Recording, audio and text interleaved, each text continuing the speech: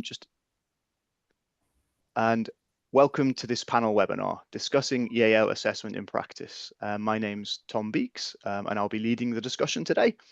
And if you've ever done any training with us before, you'll know that one of our core messages is the importance of robust and embedded EAL assessment. And of course, the Bell Foundation created its own EAL assessment framework for schools to try and address this issue in England in particular. But over the years, we've found the framework gaining popularity in international settings, and it's a topic that comes up time and again. So we wanted to explore the different ways that international school educators are approaching EAL assessment and how they're using the Bell Foundation's EAL assessment framework in their approach. And what better way to do that than talk directly to some of those dedicated EAL professionals who are wrestling with these challenges in their own schools. But before I introduce you to our panelists, just a quick note about the structure of today's webinar. So first of all, each panelist is going to say a little about their context and describe their basic approach to EAL assessment. Then I'll be asking some questions. And in the final section, we'll be taking questions from our audience.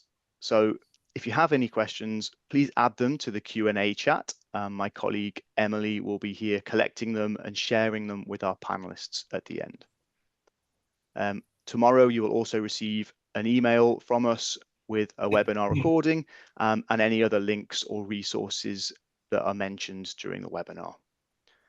So it gives me great pleasure to welcome today's speakers, Adrienne Slapak and Deborah Thomas. Adrienne is an EAL and ESL specialist and author and leads the elementary EAL program at her school in Malaysia.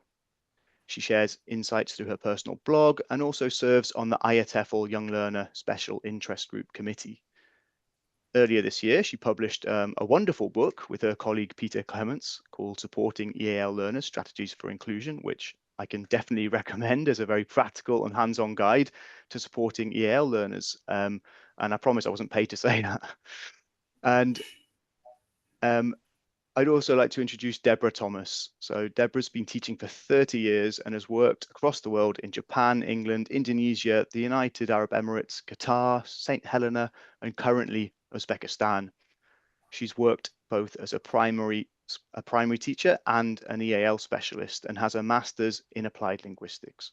She's currently the head of the EAL department at the British School of Tashkent.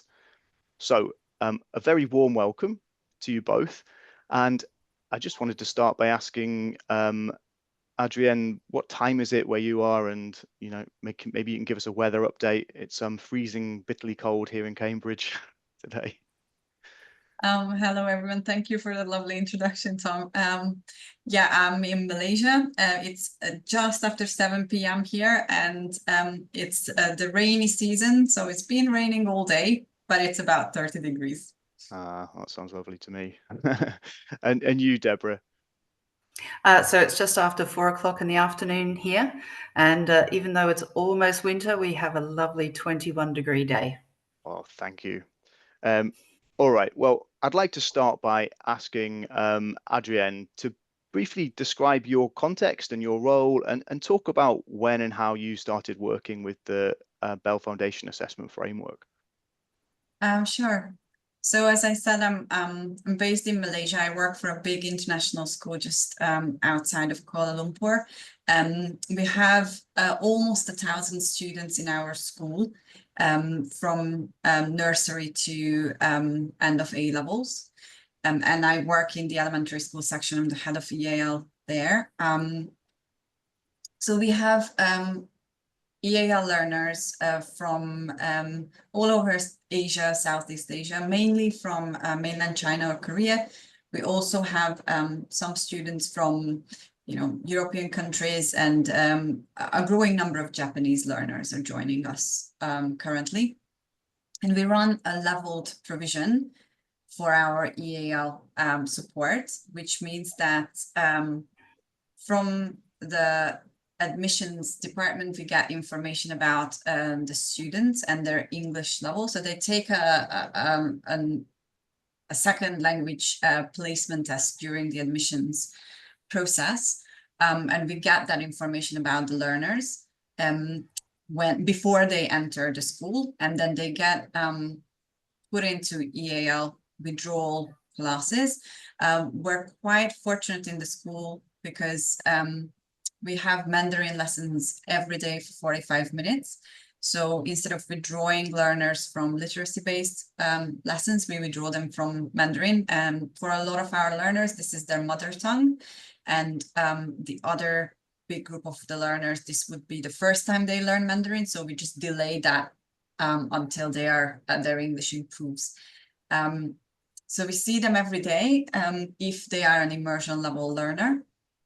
When they become intermediate level learners, which is when all of their targets are band D or above on the BEL Foundation assessment framework, then they become intermediate learners. We don't withdraw them from Mandarin anymore, but they still get support through planning support provided by the EAL team or intervention sessions if needed. We still monitor them. We also monitor advanced level EAL learners, but the transition from intermediate to advanced is a little bit trickier to monitor, and we have to trust the class teachers to provide us with that information, because we don't currently have a big enough team to actually work with these learners. But generally, students who don't require extra support, extra intervention for their English in lessons become reclassed as advanced learners. But we still track them just in case if ever there are any concerns, then this is something that we can look into. So I started using the BEL Foundation framework in 2020 when I first transitioned into EAL teaching. So I come from an EFL background, and I saw quite early on that the types of assessment that I was used to in an EFL environment didn't quite fit. And I was really happy when I found the BEL Foundation framework. I did a lot of self-study and took lots of the courses to learn about it. And I found it really, really beneficial for me as well. I feel like I learned a lot from the experience of trying to make it work in the school where I worked at the time. I was a high school EAL teacher at the time in a different school. So I started with the secondary framework and then tried the primary framework. And I liked several aspects of it.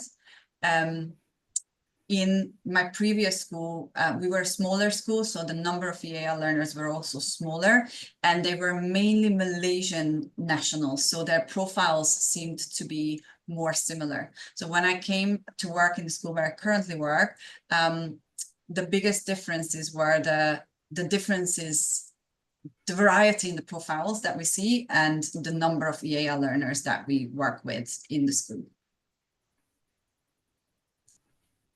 That's great, thank you. And that's a really interesting overview, and I'll pick up on some of the points you've sort of raised there later. But I'd also like to bring in Deborah now and pass it over to you. So could you tell us about your context and what EAL assessment looks like for you? Yeah, and I sure. know you have some examples to share, so just let me know and I'll share them. Okay, I will do. So I work at the British School of Tashkent in Uzbekistan.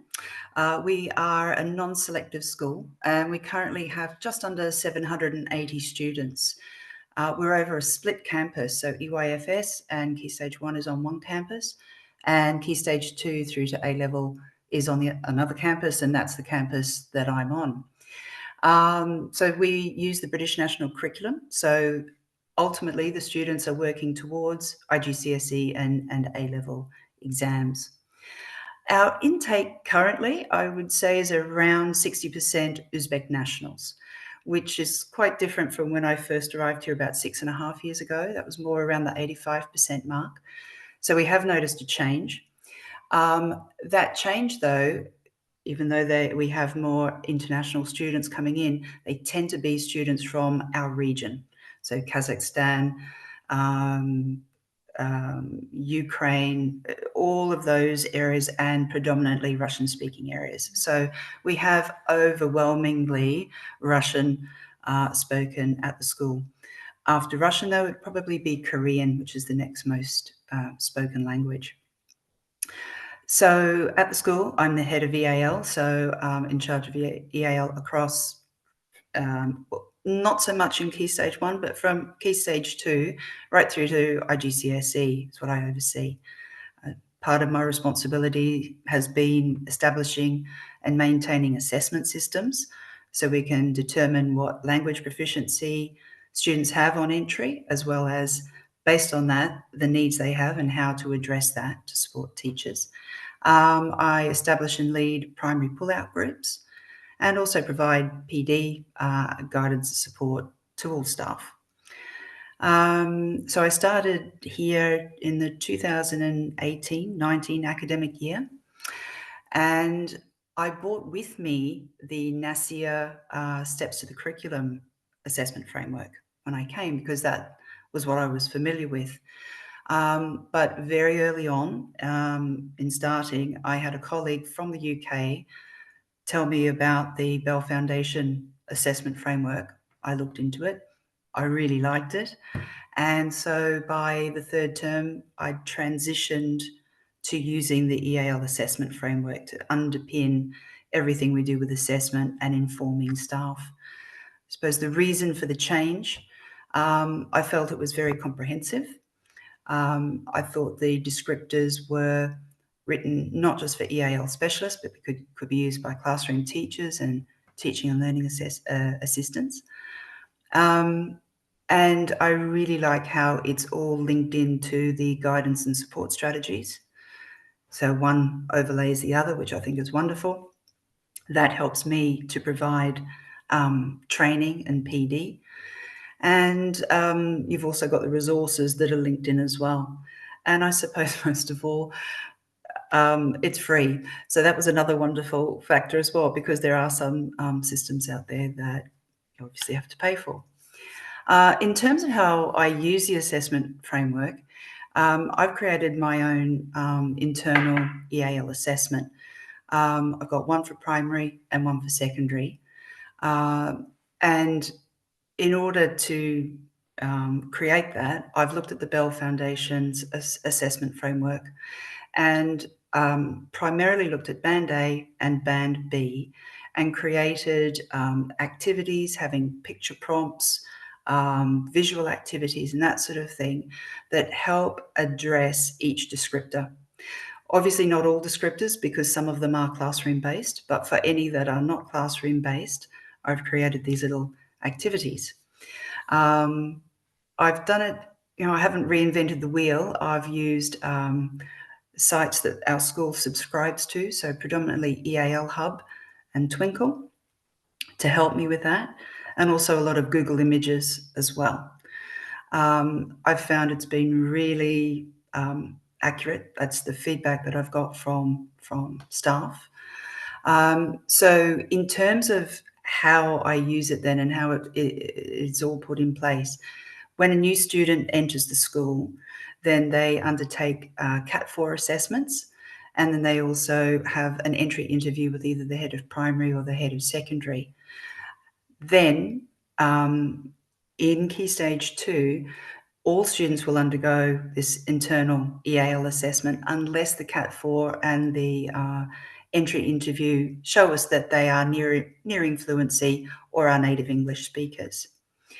So then, and you might want to put this up, once I've done the assessment, I then create what I call an initial pupil proficiency profile. So you can have a look at an example that I've put through, and I'll speak to it. There we go. So this is just a way of collating the information that I've gathered from doing the assessment. So as you can see, I've broken it up into the 4 strands, and I have bullet pointed 2, 3, or 4 points that I was able to observe doing the assessment that the student was able to demonstrate. And then you can see on the right-hand side, it shows what proficiency band that falls into. So teachers are all very, very busy people. They might not have the time to read the specific descriptors on the left side, but they can easily scan down the right side and say, okay, I can see that, you know, this child is just beyond new to English, early competency level. And then if we go to the second page of that, oh, that's another example of a different child. Okay.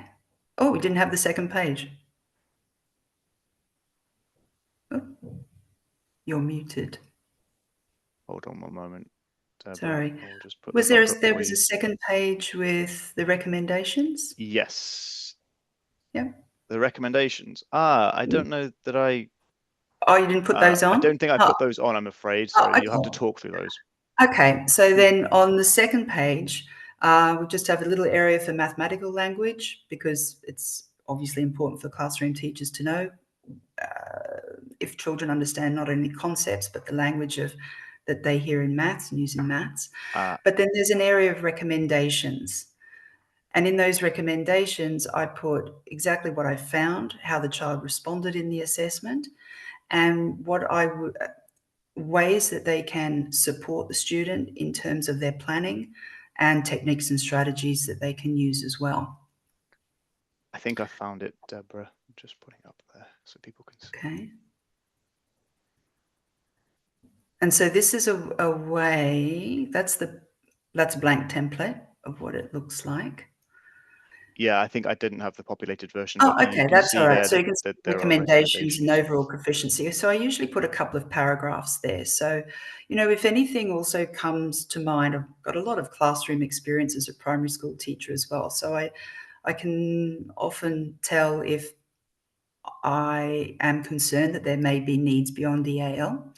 And in the very bottom, you can see I've got the next step language targets. So then using the assessment framework, I will put one for listening, one for speaking, one for reading, and one for writing. So I primarily look at Band A and Band B. However, if students are more fluent and across all 4 skills, the assessment also allows me to see that as well. This then, this document is then shared amongst all the stakeholders that it pertains to. So not only the classroom teacher and TLA, but the head of primary, any specialist teachers that the students may see, and the deputy head of primary as well. So what this then does is ensure a level of accountability as well, that the teachers have to read it, are aware of the level of their students, and that when they have observations, teachers come, they're being observed,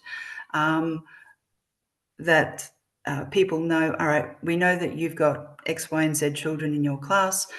We know what their levels were on entry, and we're looking to see, are you catering for and using the information that has been shared. I suppose what also fits into this, teachers need to know what the framework looks like. So at the beginning of every academic year, I have a session with primary and secondary staff. We look at the assessment framework. I break down the 5 levels, what it means. Again, I show them some examples of whatever's relevant to primary or secondary. So you will be getting these when we have new students come in. This is how you read the information, this is how you interpret it, and this is how you can use it. And so it also links in with really trying to encourage staff to come and utilise collaborative planning sessions that I offer as well. I have a couple of periods, most afternoons in a week, for either primary or secondary staff to be able to do that, because I think using a framework as well as using the guidance and support strategies that link into it can be a little bit overwhelming for staff if they're not familiar with it. So that's really quite popular with our primary staff, and really trying to encourage that more and more with our secondary staff as well. Okay. Thanks a lot, Deborah. And we just had a question that came in, which I'll I'll bring up now because it's relevant. But Mark asked that your assessments sound really interesting, but he's asking what approaches you use to remove subjectivity and bias from assessment, particularly if it's being carried out by different teachers or non-specialists. But I guess that speaks to who is doing the assessments in your Yes, context. good So, point. Yeah, so I am the only one who does the assessments, so we maintain that consistency.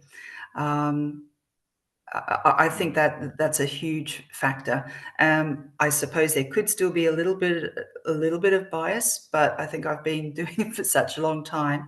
I've had lots of experience with it, and obviously at first it took a little bit of refining, but I know exactly what I'm looking for. I know what the descriptors are, and with only having me doing it, I can keep that consistency and try and eliminate as much bias as possible.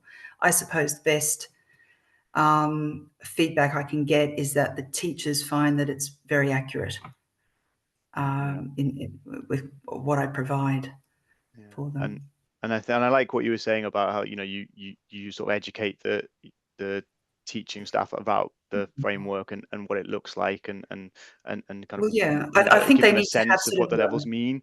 And it sort of gives the whole staff a language with which to talk about language proficiency.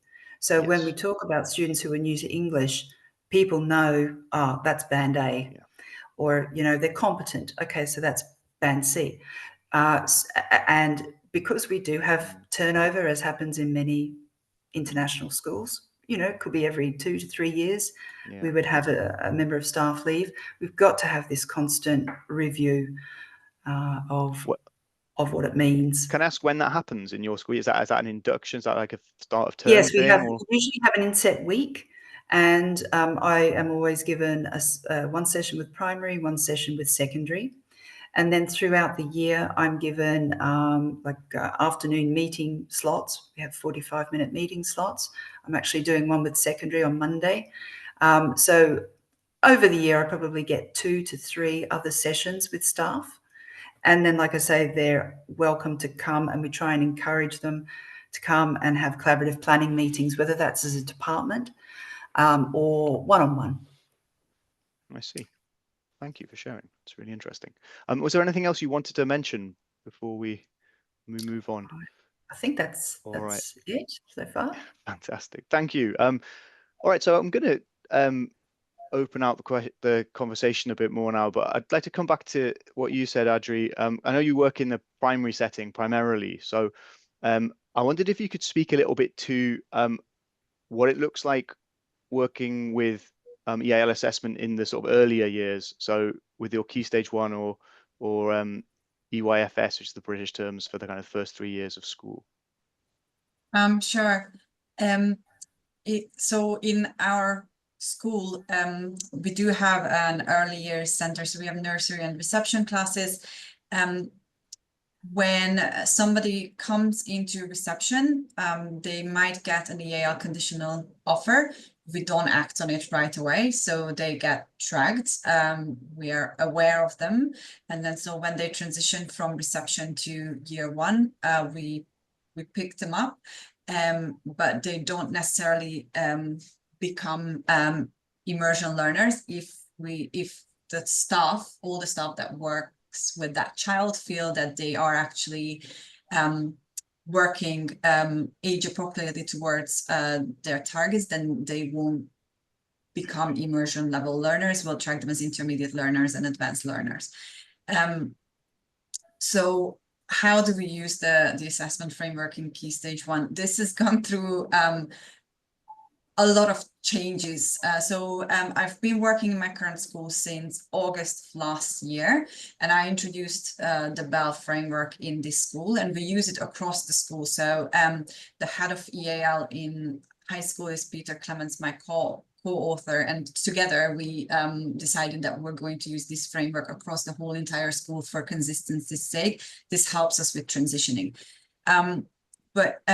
What we found is that in Key Stage 1 in particular, we're finding it a little bit more difficult to make fair judgments, especially about reading and writing, because a lot of the learners that we see in year one aren't able to read or write in any language. I guess that's normal for an English-speaking child, because they, even if they start learning phonics in the early years, they won't actually be expected to be able to read fluently until a lot later. But in other contexts, in other cultures, children might actually start learning or actually learn to read fluently. But just because they can read something on a page, it doesn't mean that their comprehension is at the same expected level. So because we don't withdraw our learners from literacy-based subjects, we have the freedom to go and observe them in phonics lessons, or we can see them in the IPC or English lessons and work with them in smaller groups if there is a need for that. So we assess them by observing them, and they take the other formative assessments alongside everyone else. So we use phonics screeners, and later we have, for later ages, we have a reading program. We also have formatively assessed writing once a term. So the EAL learners do that alongside everyone else, and they depending on how closely they are to the targets of their year group, they might be assessed using the same rubrics as everyone else, or we use a rubric that is based on the Bell Foundation's writing rubrics, which helps us keep an eye on whether they are achieving their required or set targets, or whether we need to provide extra intervention. And if that's the case, then we have the capacity to do that either by withdrawing them from other lessons, or finding other ways. We also have co-planning sessions running. So we have EAL face teachers who, there are 4 people in my team, and we each have a phase that we work more closely with. So that teacher would be the first port of call for the year group or the particular class teacher to reach out to. And then, as Deborah said, it's either group planning sessions or one-to-one meetings. We also ask the class teachers for feedback. So our class teacher colleagues don't fill in the trackers for us, but their judgment is filtered through us, and then that gets tracked by the trackers as well. We're also looking at other ways in which we can maybe get a little bit more information about the language development of these younger learners.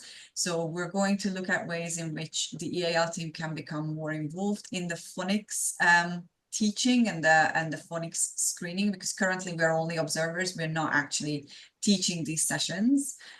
So we're going to look at ways in which maybe we could take groups of students, new to English students, group them together, and then we would be running the phonics program for them. I think that would be maybe a better way for us to effectively get information about the learners without having to double up the work that the learner has to do, because the fact that we can withdraw them once a day from Mandarin is wonderful, but if we want to do anything else that is on top of what they're already doing, and sometimes that gets really tiring, being in an environment all day where you have to function in a language where that you aren't comfortable and confident in yet. It might just feel like I'm expected to do extra work on top of what I'm already doing. So we're looking at ways in which we can maybe mitigate that. Okay, that's great. I'm seeing a couple of questions that come through. One question that has come through, just for context, could you just repeat approximately how many EAL learners you support and assess in your context? So in the elementary school, we have about 110 EAL learners. So that's immersion and intermediate level learners across years 1 to 6. Okay, so that's 100 who'd be people that you're supporting specifically with EAL, is that right? Yes. Yeah. Okay. Yeah, and well, I think, you know, it's really interesting that, and I think useful that you're able to observe children in the classroom, like in their sort of curricular lessons as a way of assessing what they're doing. And I think if we look at the other end of the age spectrum in secondary, that I think is one of the big challenges, is how, whereas in primary, children tend to be in one classroom with fewer teachers, it's probably easier to gather that data and to look at what they're happening. In secondary, they're in all different classes, they have lots of different teachers. So I do want to think about also how the framework works at a secondary level. And Deborah, I wonder if you could speak to how it gets used at secondary level in your school, because I know you have some. Yeah, that fits mainly in with when students enter the school. So just like with primary, they will undertake a CAP 4 and an entry interview. But then based on the CAP 4 results, we specifically look at the verbal stay 9.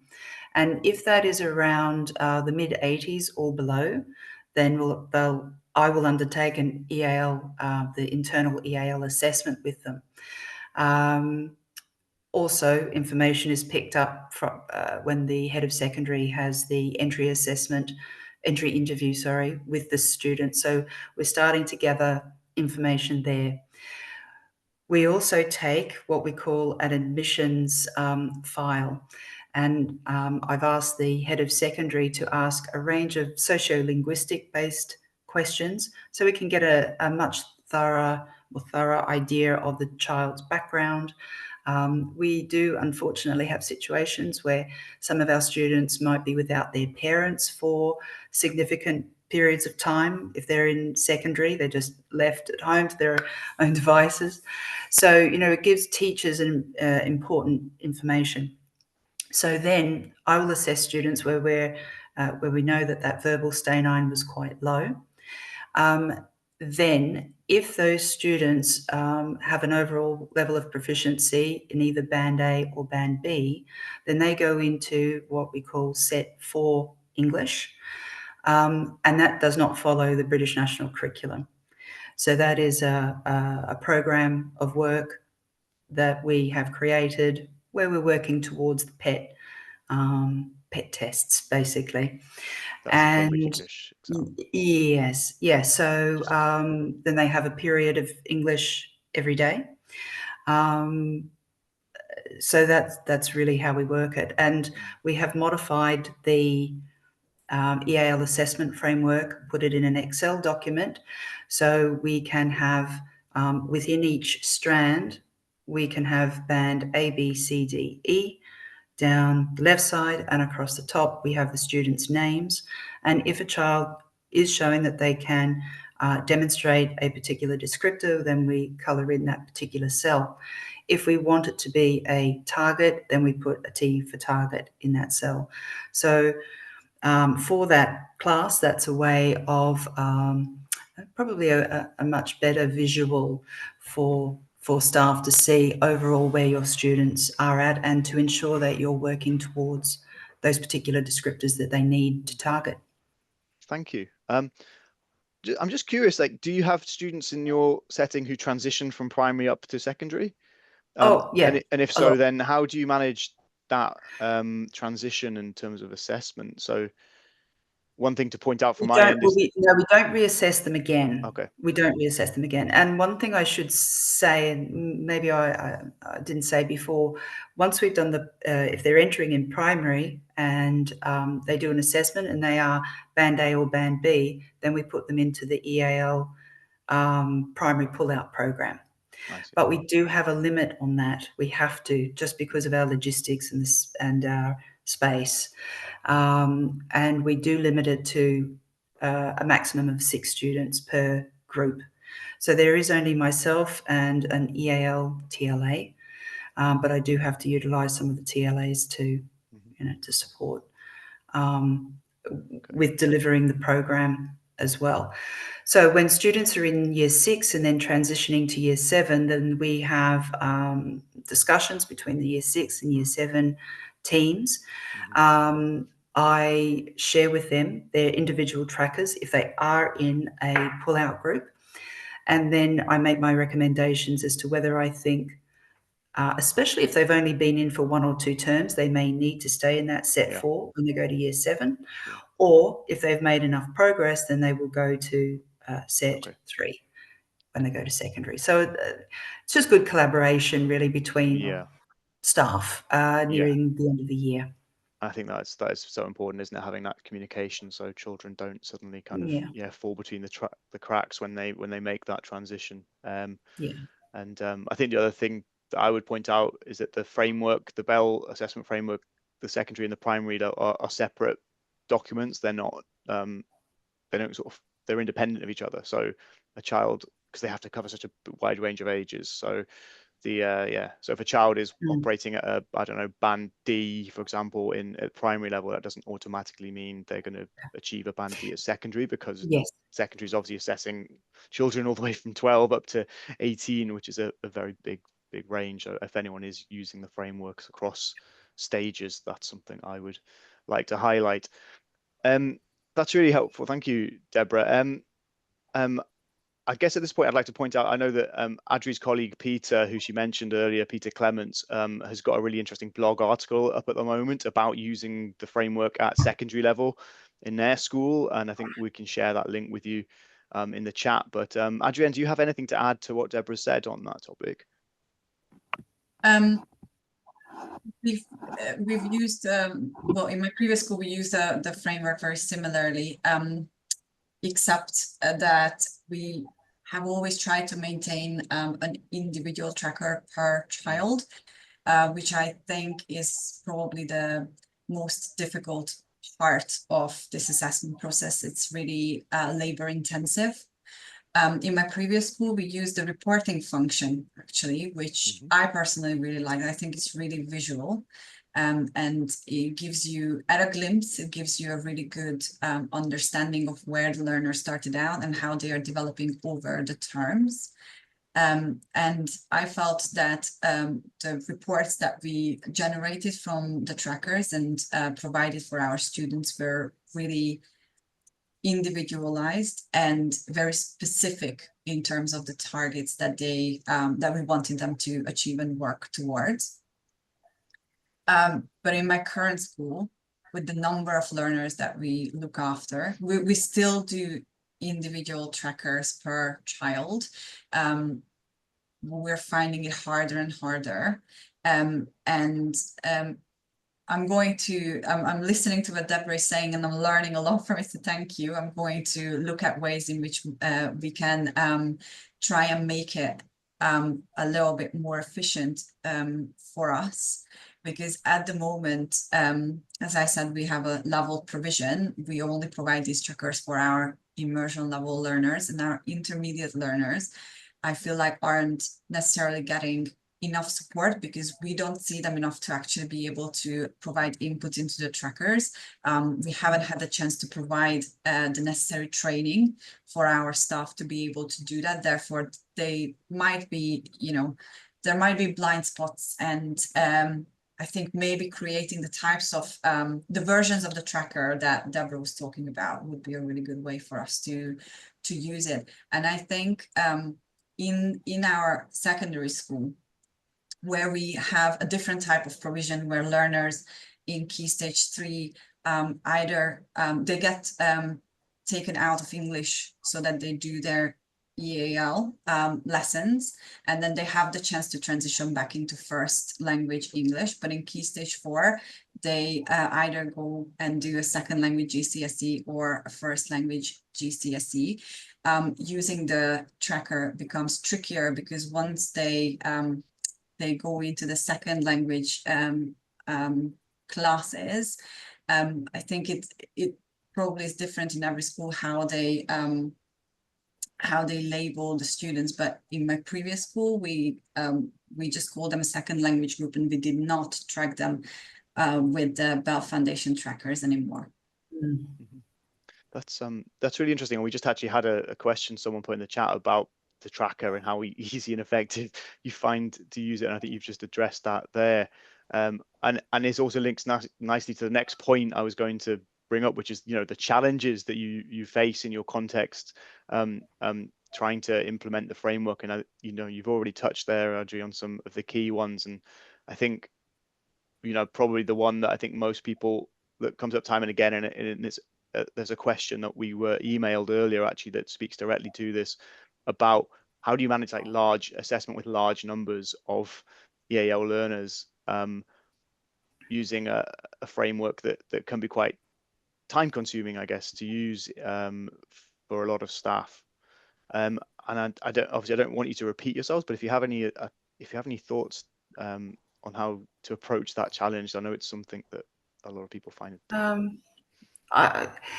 In our context, I suppose we have the understanding as well that all teachers are responsible for developing language proficiency, which is why the professional development aspect of what I do is so important, because with only really one person and one TA, you know, we can't support 95% of the students in the school. So we've really had to change that narrative about, which is why having regular PD, having collaborative planning opportunities for staff, and that they don't see themselves as being ineffective or inefficient when they come and see me, but because they want to know how can they better support language proficiency for maybe a particular group of students in their class.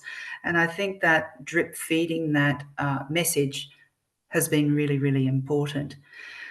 In terms of, yes, I would really agree that to do one individualized tracker, it does take time, which is why in the primary school, we only use it for our pull-out groups.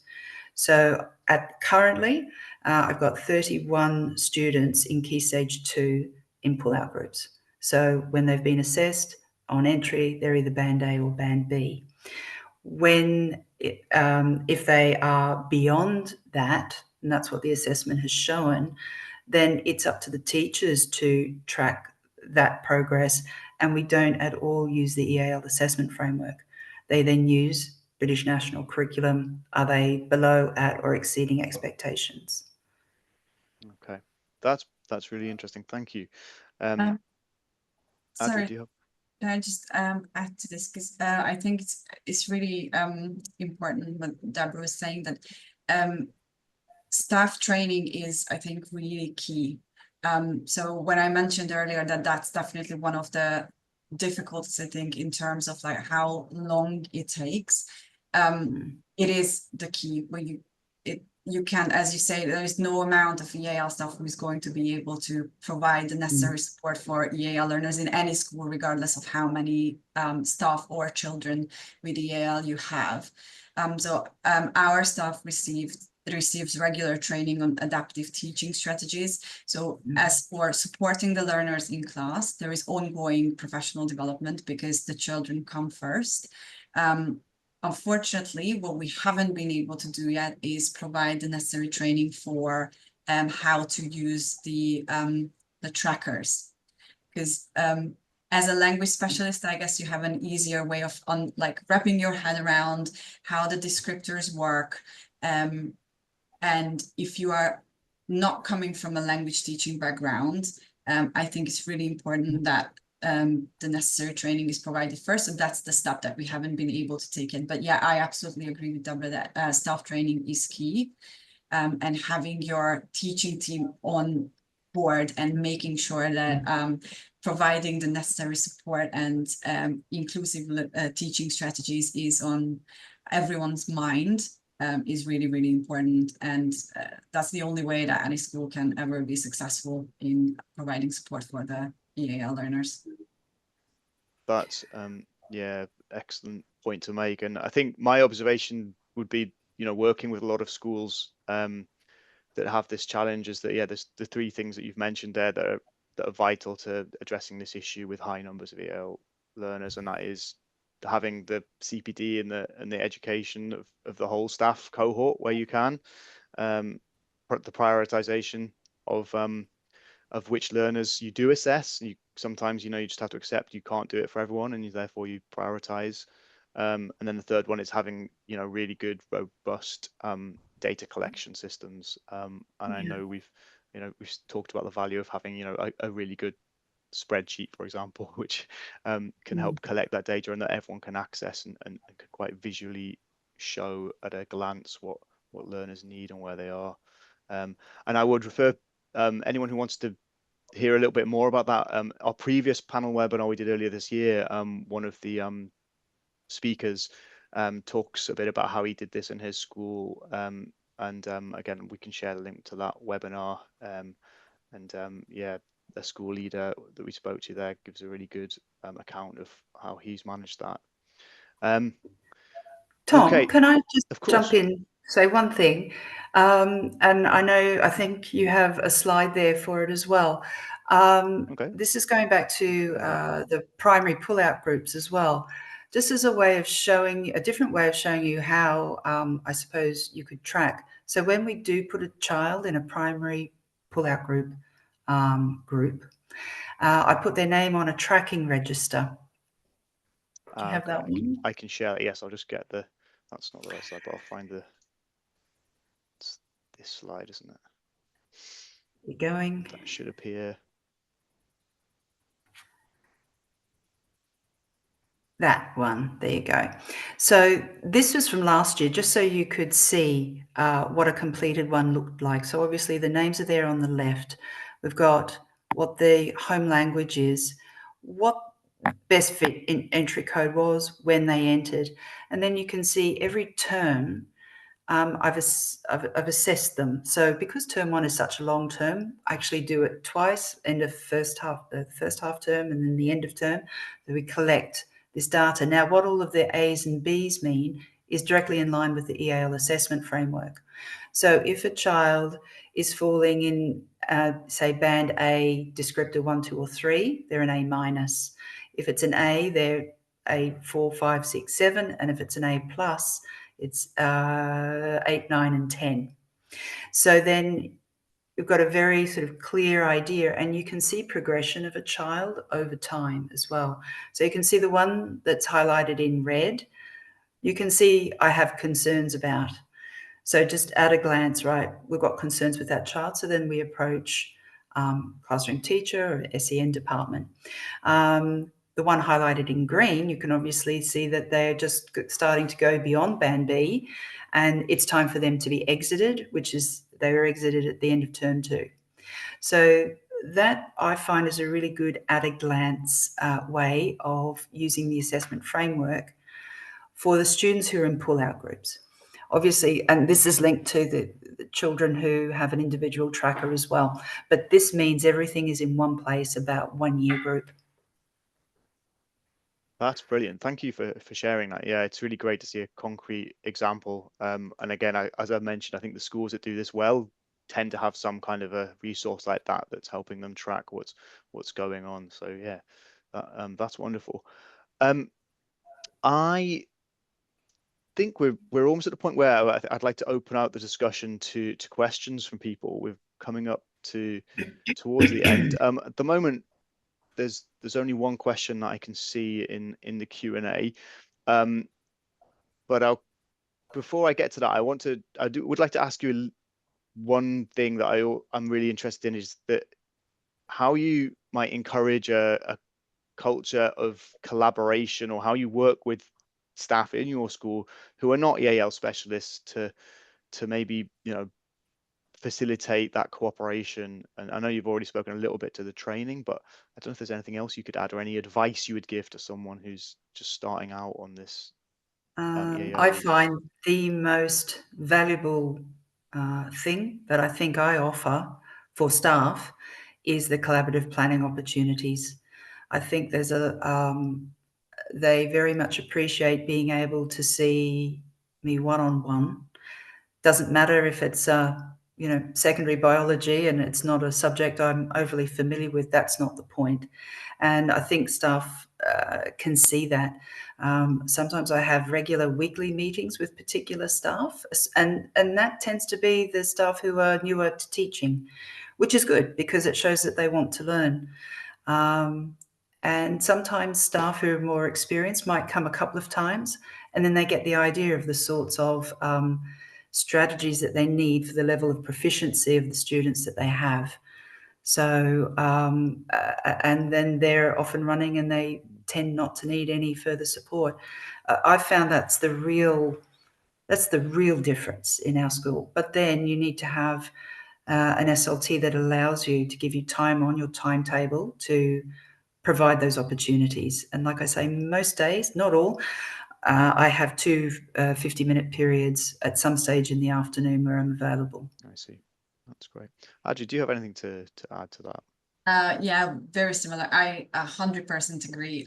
You need to have SLT needs to drive co-planning for it to be successful. So something that we started in our school this year is that we locked in co-planning times. So each year group has a booked-in time with their FACE EAL teacher every week. Now that doesn't mean that these meetings go on for an hour every single week, but it's like that time is protected. There is also lots of email communication and just shorter chats if needed. But once that's been agreed, that's a time that gets protected. And I think that's made a huge difference for us. We also have something called the inclusion calendar running in our school. So shout out to Anna Lehman for introducing our school to this. Last year, we started by introducing a different adaptive teaching technique or inclusive teaching technique every month. With that, we could cover about 10 different techniques over the year. Some of these were things that came up in our CPD week before the start of the year. And some of them were, I do one CPD that's specific to EAL per term. And some were just ones that we thought the teachers or the students would appreciate. And then in the last CPD of the year, we got some feedback about this from the teachers. And one of the things that came out of that feedback was that they felt that one strategy per month didn't give them enough time to actually engage appropriately with the strategy. They didn't have enough time to try it, to see how it works, to come to us for feedback and to try again. So we slowed it down, and this year we have one strategy per half term. So we are on our second strategy of the term or of the year, so far, the feedback has been quite positive. And this just, again, means that it's a way for us to keep collaboration and the communication channels open. We also have a bulletin running where we post messages for each other. And lately, I've been posting an EAL spotlight once a week, which is either showcasing something that's happening around our school, something that the team does, something that the learners do, or something that we see in class. So celebrating the success, or we post a link to a video or a great article for teachers to look at. And that can, again, just be a springboard for conversations. That's fantastic. Thank you for sharing. And I think it really highlights the importance of what we call, the whole school approach. You can't think of EAL assessment as separate to the adaptive teaching, because actually they're all part of the same thing. And so, yeah, by addressing both, I think we can really be successful. Okay, we are running a bit short, and so I do have some questions. So I know we could sit here and talk probably for hours, couldn't we, on this topic? However, I'm going to ask you both just to give a kind of short response, keep it quite factual to these questions, because they're a bit more concrete. So we have a question from Tasmin earlier when we were talking about admissions, and she asked, to determine admissions, do you assess face-to-face or online? I've only ever had to do it face-to-face at school. Okay. And we do our assessments once the child has already entered the school. I see. Okay. So then you're able to do it face-to-face. Yeah, I And do Andrea? it with them side by side, one-on-one. Yeah. For us, assessment often happens online, sometimes face-to-face, but it is managed by the admissions department. Okay. And another question about initial assessment was, how many sessions do you do that initial assessment over, or how, I guess, how long does that process take? Yeah. Again, consulted with SLT to ensure I have 2 periods a week, 2 50-minute periods that are safeguarded in terms of I can't be taken for anything else. I just did another one today because we have students continuously coming in throughout the year. It usually takes, for most children, around 45 to 50 minutes. And then following that, I have to fill in that initial pupil proficiency profile that you showed before. Okay. So because we get the admissions data from our admissions team, we use that, and then we start working with the children from their first day on. So they attend our withdrawal sessions, and we start observations and the collaboration with the class teachers. So for us, initial assessment goes on for a couple of weeks, and we continually input information into the tracker. Okay, that's excellent. I think another question that has come up, which I'll answer because this is specifically about the Bell framework, and it's, do we have a placement test to accompany the framework and the tracker? And I'm afraid the short answer is no, we don't. Which leads to the follow-up question, which also has come up. It's, what other resources, assessment tools have you used in the past, or would you recommend? Is there anything that comes to mind? And if not, that's fine. But I mentioned before that we use a second language placement test, or actually the admissions team uses a second language placement test, so we get a CFR score, which we use for triangulation. So that's obviously not the only thing that we take into consideration, but it helps us getting a little bit of a glimpse of their language level, because we don't have the opportunity to meet the children face-to-face before they enter the school. Great. And similarly for really triangulation purposes as well. So we use the CAP4 assessment before they enter, the entry interview, which is done by the head of primary or the head of secondary. And then on an admissions file, we put the sociolinguistic information as well as the CAP4 information. So it's all collated in one area, and that can be accessed by any member of staff. We have a separate one for primary and secondary. So it gives a good overall view, a holistic view of a child. And I think that's an amazing point, which is triangulation. Yeah, it's about not relying on one source for our EAL learners. It's making sure that you have both that sort of general language data, but also as much as you can the EAL data. There are more questions coming in, but sadly we are running out of time. One question somebody mentions is, what kind of other training opportunities do your schools offer? I am going to jump in and just shamelessly promote the Bell Foundation, because we have a number of free resources on our website which can be used very easily and adapted for training. We also have some paid courses, which I will show you a brief slide of, which I would advocate. They're very short. They don't take a lot of time, and it might be quite a useful thing for your teachers. I'm going to share my screen again with you just as a final wrap up, and I'm going to first of all just say a very big thank you to both of our speakers today.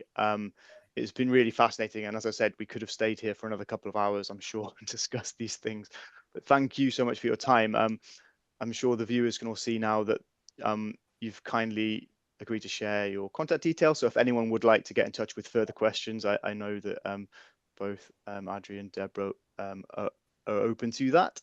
And as I just was pointing out, I also want to plug the Bell Foundation's upcoming training opportunities. And I've highlighted our 2 courses on EAL assessment in particular, which may be of interest. We have our Leading on Assessment course in January, which is more for decision makers or EAL coordinators, people who are leading on EAL assessment. And we also have our Assessing proficiency course in May, which is an introduction to our framework and how to use it, and gives you loads of practical tips. So again, if that's something you want to embed in your school, I can nudge you towards that. We also have a school accreditation program if you're feeling ambitious and you want to really develop your program. Okay, well, that is all we've got time for. So it's just, again, a huge thank you to our speakers. It was great talking to you, and yeah, I hope that we'll see you again at a future webinar. Thank you to everyone who participated today. Thank you for your questions, and I'm sorry if we didn't get round to them. And have a wonderful rest of your day, wherever you are. Goodbye, everyone. Bye. Right.